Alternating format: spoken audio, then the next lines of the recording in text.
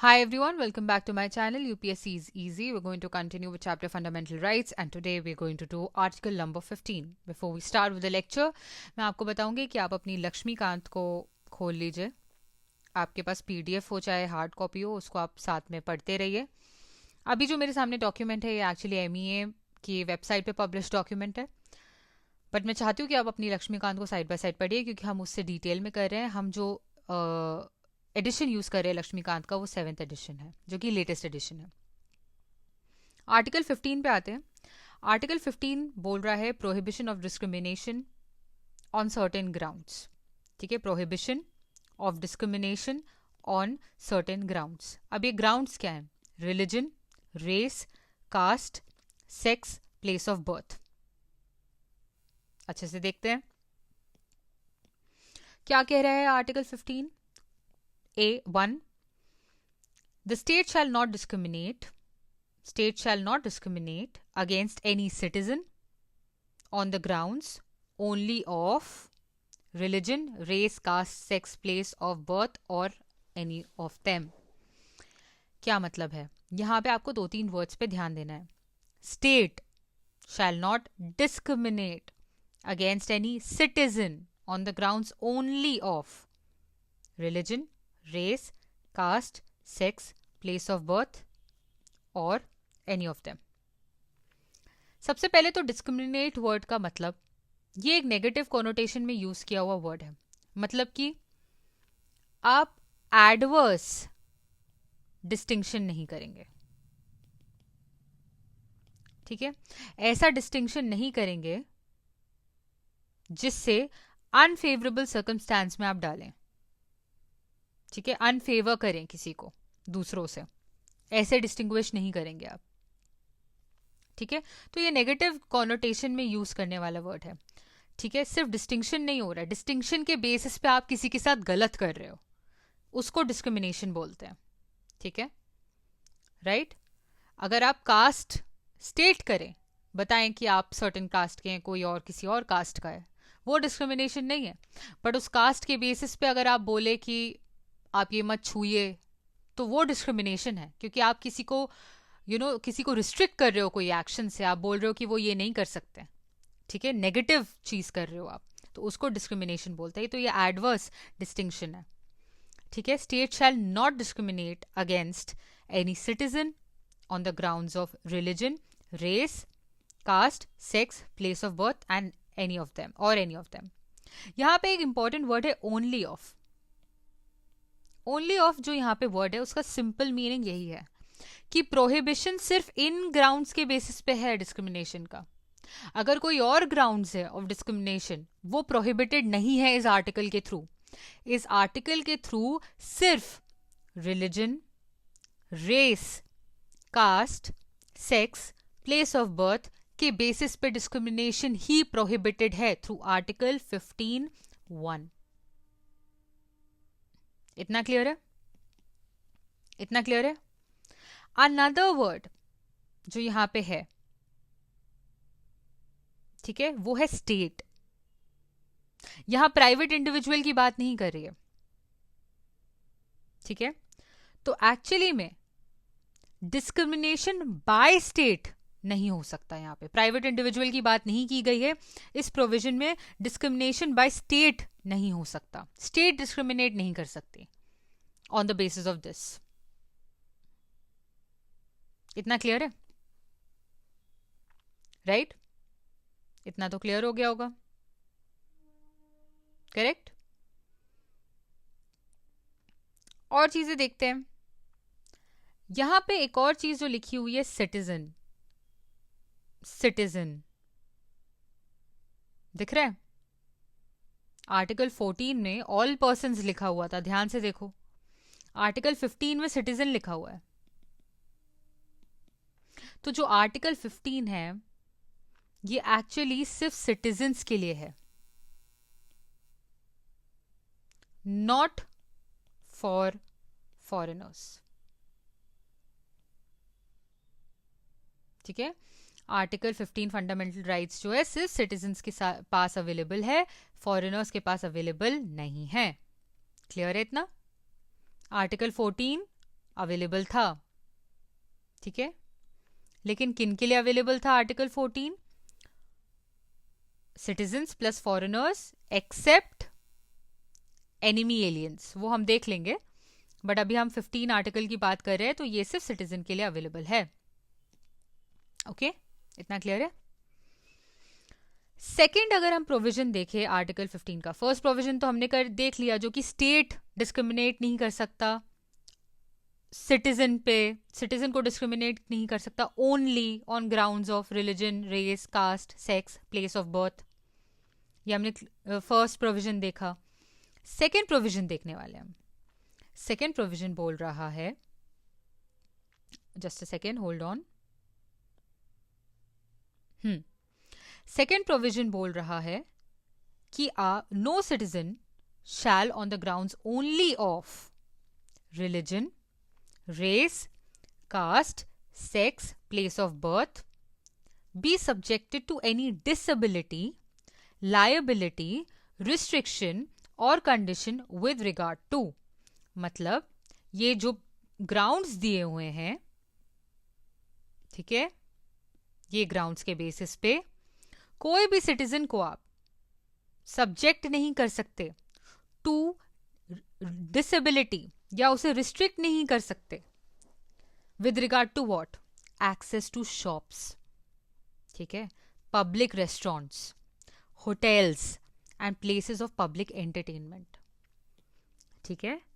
क्या आप समझ में आया? कोई भी सिटीजन को इन 5 चीजों के बेसिस पे आप रिस्ट्रिक्ट, डिसेबल, लायबल नहीं कर सकते to access to shops, public restaurants, hotels and places of public entertainment.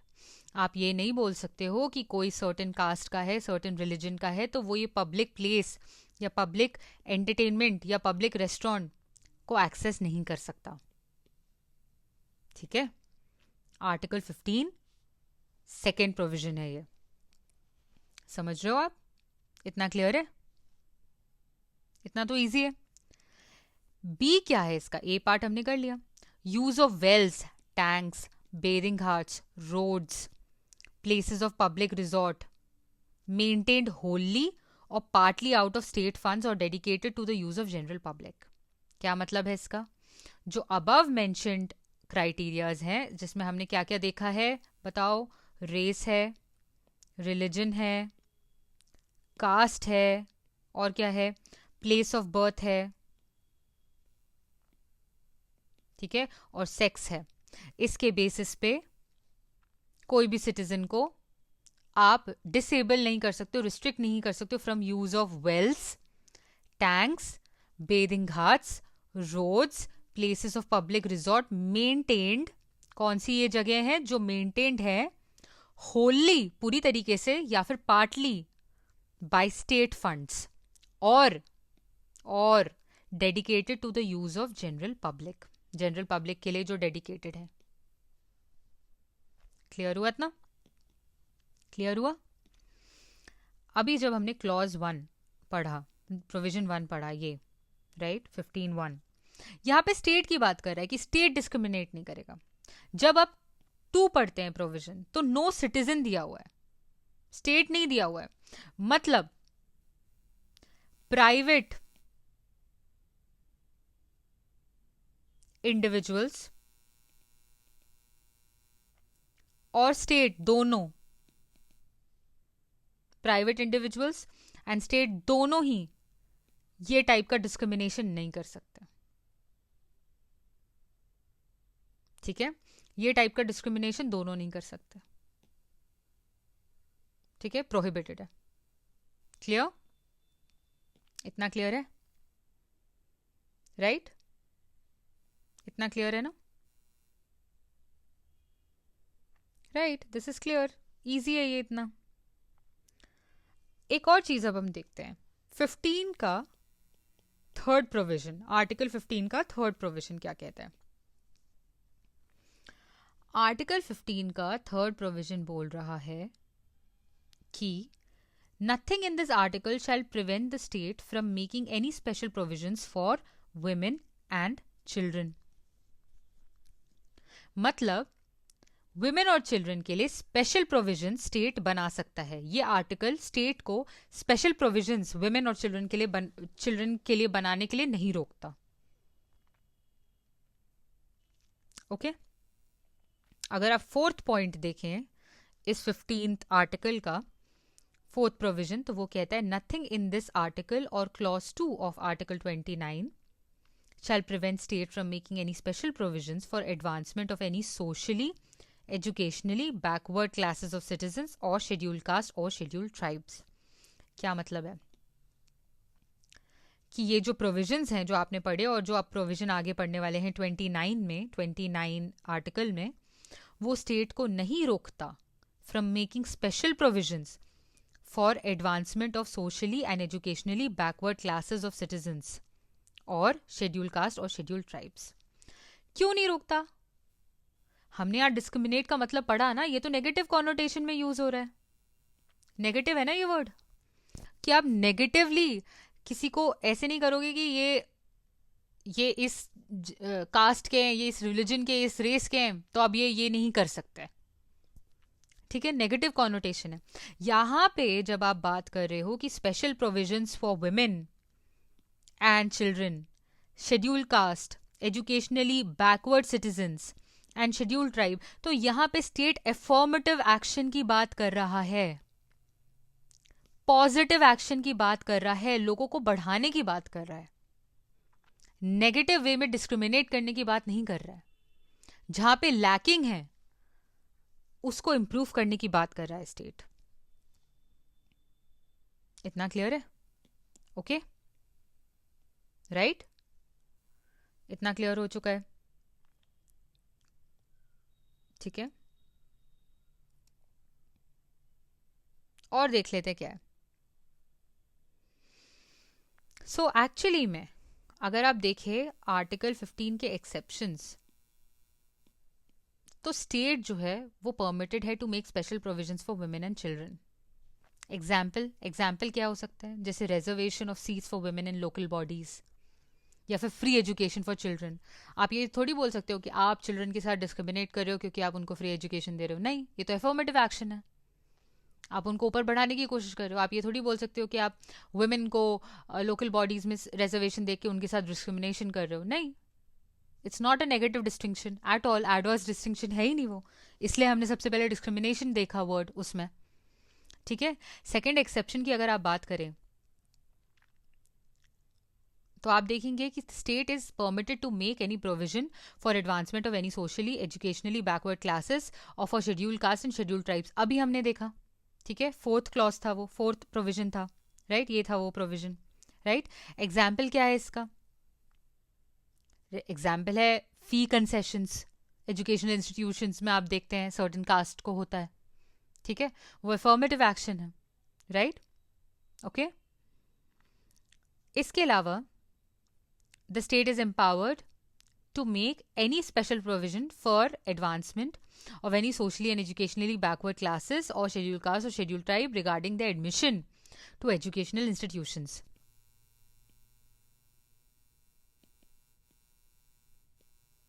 ठीक है, ये हम देख चुके हैं, राइट।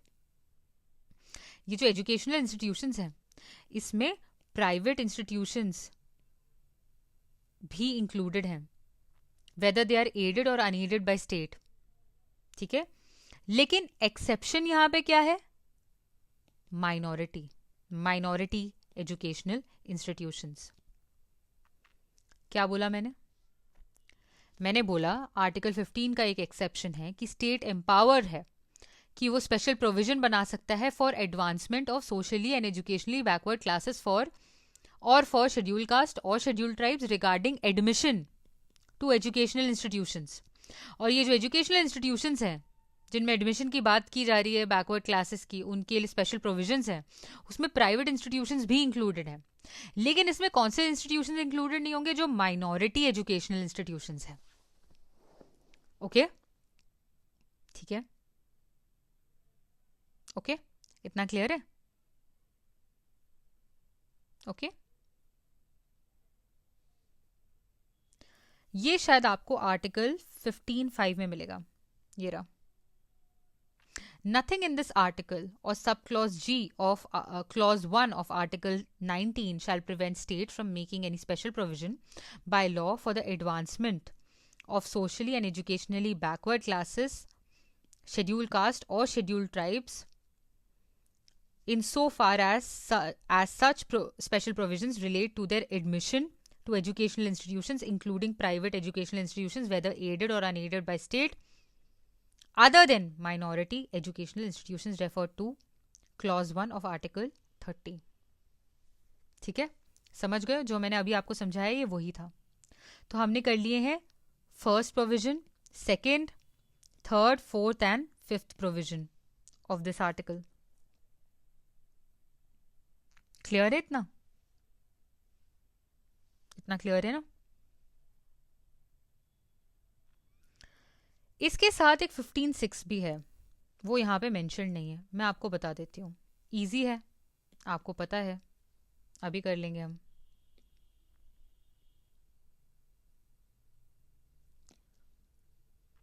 यहाँ पे हमने 5 प्रोविजंस किए. अब हम एक और प्रोविजन करेंगे 15(6).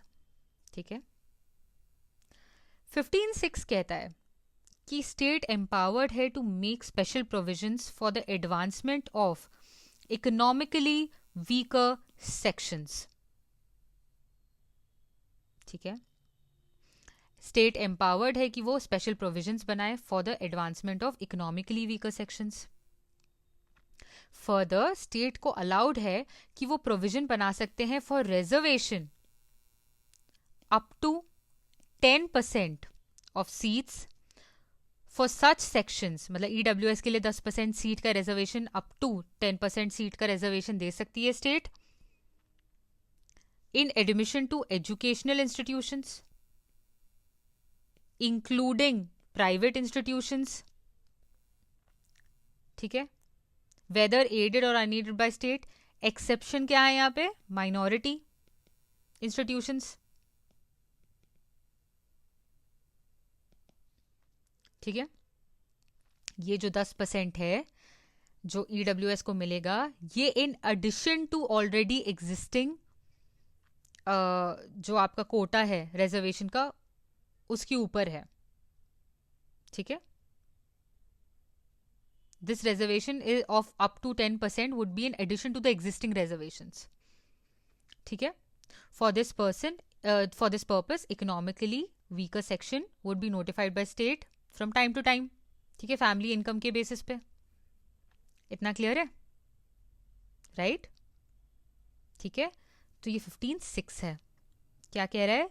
Special provision for advancement of economically weaker section and two, और सेकेंड उसका पार्ट क्या है? Provision for reservation up to 10% of the seats to such sections in admission to educational institutions, including private institutions, whether aided और unaided by state, except minority educational institutions.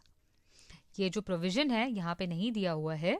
क्यों नहीं दिया हुआ है? क्योंकि इसको ऐड किया गया है by constitutional amendment act of, कौन सा वाला था वो? पता होना चाहिए, 103rd अमेंडमेंट एक्ट था ये, 2019 में आया था. ठीक है, उससे ये ऐड किया गया 15(6). क्लियर है? ईडब्ल्यूएस के लिए आपको पता ही होगा अगर आप न्यूज़ फॉलो करते हैं तो. क्लियर? इतना क्लियर है? ओके.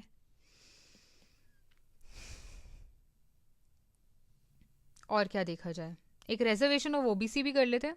ठीक है, reservation of OBC in educational institutions कर लेते हैं. ठीक है, ये जो है ये आया था थ्रू 93rd आपका अमेंडमेंट एक्ट. ठीक है, 2005 में. ठीक है, और इसको इफेक्ट देने के लिए सेंट्रल एजुकेशनल इंस्टीट्यूशन ने, मतलब सेंटर ने इनैक्ट किया था central educational institutions act of 2006. 27% quota provide किया था टू ओबीसीज. ठीक है, in all central higher educational institutions including IITs, IIMs etcetera. ठीक है, ये कब हुआ था? मैंने क्या बोला आपको? 93rd कॉन्स्टिट्यूशनल अमेंडमेंट एक्ट जो 2005 का था वो ओबीसीज के लिए था, ठीक है, रिजर्वेशन के लिए। और फिर एक्ट आया central educational institutions act of 2006, ठीक है। जो एक्ट था उसने क्या किया, 27% reservation belonging to OBCs in all central higher educational institutions, right, including IIT and IIM. अप्रैल 2008 में आप देखेंगे कि सुप्रीम कोर्ट ने इसकी वैलिडिटी अपहेल्ड की, ठीक है, राइट। सुप्रीम कोर्ट ने अप्रैल 2008 में it upheld the validity of both amendment act and OBC Kota act, ठीक है। जो ये था इसकी भी वैलिडिटी अपहेल्ड की और इसको भी, जो कि ये ओबीसी एक्ट था उससे मिला था ये, ठीक है। लेकिन सुप्रीम कोर्ट ने एक और चीज बोली, सुप्रीम कोर्ट ने डायरेक्ट किया सेंट्रल गवर्नमेंट को to exclude creamy layer from OBC while implementing the law. तो the children of following different categories of persons belong to creamy layer, ठीक है, जो मैं अभी कैटेगरीज बताऊंगी, और उनको ये कोटा का बेनिफिट, ये 27% कोटा का बेनिफिट नहीं मिलेगा। ये कौन लोग हैं? Persons who are holding constitutional posts like president, vice president, judges of Supreme Court, High Court, chairman, members of UPSC, ठीक है। कॉन्स्टिट्यूशनल पोस्ट जो है ना, सीएजी एक्सेट्रा, ठीक है, वो अपहोल्ड करने वाले लोग, वो उन पोस्ट पे जो लोग हैं जो होल्ड कर रहे हैं वो पोस्ट, उनके बच्चों को, ठीक है, उन लोगों को ये जो बेनिफिट है 27% कोटा का वो नहीं मिलेगा, ठीक है। और किसको नहीं मिलेगा? Group A, class 1, group B, class 2, officers of All India service, central and state service, ठीक है, and employees holding equivalent posts of PSUs, banks. मतलब क्या है? Group A, class 1, group B, class 2, all India central and state services के लोगों को, और PSUs, banks etcetera, universities, insurance organisations and private employment में भी ऐसी सिमिलर पोस्ट होल्ड करने वाले लोगों को ये 27% कोटा नहीं मिलेगा, ठीक है। और क्या है? Rank of colonel in army या नेवी या एयरफोर्स या पैरामिलिट्री फोर्सेस, या फिर professionals like doctors, lawyers, engineers, artist, authors, consultants and so on, persons engaged in trade and business and industry, या फिर जिनके पास एग्रीकल्चर लैंड हो अबव अ सर्टेन लिमिट, ठीक है, एंड वेकेंट लैंड और बिल्डिंग्स इन अर्बन एरियाज, या फिर अगर आप इनकम के हिसाब से देखें तो 8 लाख के ऊपर की इनकम हो, ठीक है। ये जो 8 लाख की इनकम का आप देख रहे हैं लिमिट, ये एक्चुअली 2017 में आया है। पहले 1 लाख था, फिर 2.5 लाख था इन 2004, ठीक है। ऐसे बढ़ते बढ़ते 2017 में बोला गया कि 8 लाख की ऊपर वाली इनकम को आप क्रीमी लेयर कंसिडर करेंगे, ठीक है। और जो हमने रिजर्वेशन ऑफ ईडब्ल्यूएस देखा, यानी कि इकोनॉमिकली वीकर सेक्शंस, वो भी देख लेते हैं। उसके बाद ये आपका आर्टिकल 15 पूरी तरीके से कंप्लीट हो जाएगा, ठीक है। 103rd अमेंडमेंट एक्ट से 2019 में ये प्रोविजन आया था आपका, ठीक है, right. 10% reservation to EWS in admission to educational institutions, ठीक है। आपको एक और बात याद रखनी है कि जो बेनिफिट है 10% EWS को, ये उनको मिलेगा जो कवर्ड नहीं है इन एनी अदर रिजर्वेशन। जो अभी तक हमने रिजर्वेशंस की बात की, SCs, right, STs and OBCs, जो उन रिजर्वेशंस में कवर्ड नहीं है, उन EWS को 10% रिजर्वेशन में कवर करने की बात की जा रही है। डबल डबल रिजर्वेशन की बात नहीं की जा रही है, ठीक है, कि आप दोनों कैटेगरी में फॉल करते हो, ऐसा नहीं। जो उस कैटेगरी में कवर्ड है उनको इस कैटेगरी में 10% में नहीं कवर किया गया है, ठीक है। लेकिन ऑब्वियसली एलिजिबिलिटी क्राइटेरिया है। अगर ग्रॉस एनुअल इनकम किसी फैमिली के 8 लाख के ऊपर है, ठीक है, तो इस इनकम में ऑब्वियसली सैलरी आती है, एग्रीकल्चर, बिजनेस, प्रोफेशन एक्सेट्रा, ठीक है। या फिर जो फैमिली है जो ओन करती है, पोजेस करती है any one of the following assets, जैसे कि 5 एकड़ लैंड एग्रीकल्चर का, ठीक है, या रेसिडेंशियल फ्लैट कितने का, 1000 स्क्वायर फीट का, ठीक है, या residential plot of 100 square yards, ठीक है, एंड अबव, ठीक है, या फिर रेसिडेंशियल, ये किन की बात हो रही है, नोटिफाइड म्यूनिसिपैलिटीज की, ठीक है, और residential plot of 200 square yards in areas other than notified municipalities, ठीक है। या फिर और क्या प्रोविजन है, या फिर property held by family in different locations और डिफरेंट प्लेसेस, सिटीज, ठीक है, उन सबको क्लब करके देखा जाएगा कि EWS में फॉल कर रहे हैं या नहीं, ठीक है। फैमिली मतलब फैमिली की जो आप क्लबिंग कर रहे हो, इसमें फैमिली कौन कौन होगी, would include who seek benefit of reservation, parents, siblings below the age of 18, ठीक है, and as also his or her spouse below the age of, spouse and children below the age of 18, मतलब family, parents आए, siblings आए जो कि 18 से कम के हैं, स्पाउस आया, and children below the age of 18, ठीक है, उसको फैमिली की डेफिनेशन में देखा जा रहा है। तो इन लोगों को आप एलिजिबिलिटी से बाहर रखेंगे EWS की, ठीक है, ठीक है, डिटेल में हमने कर लिया है, डू नॉट वरी। अब हम आर्टिकल 60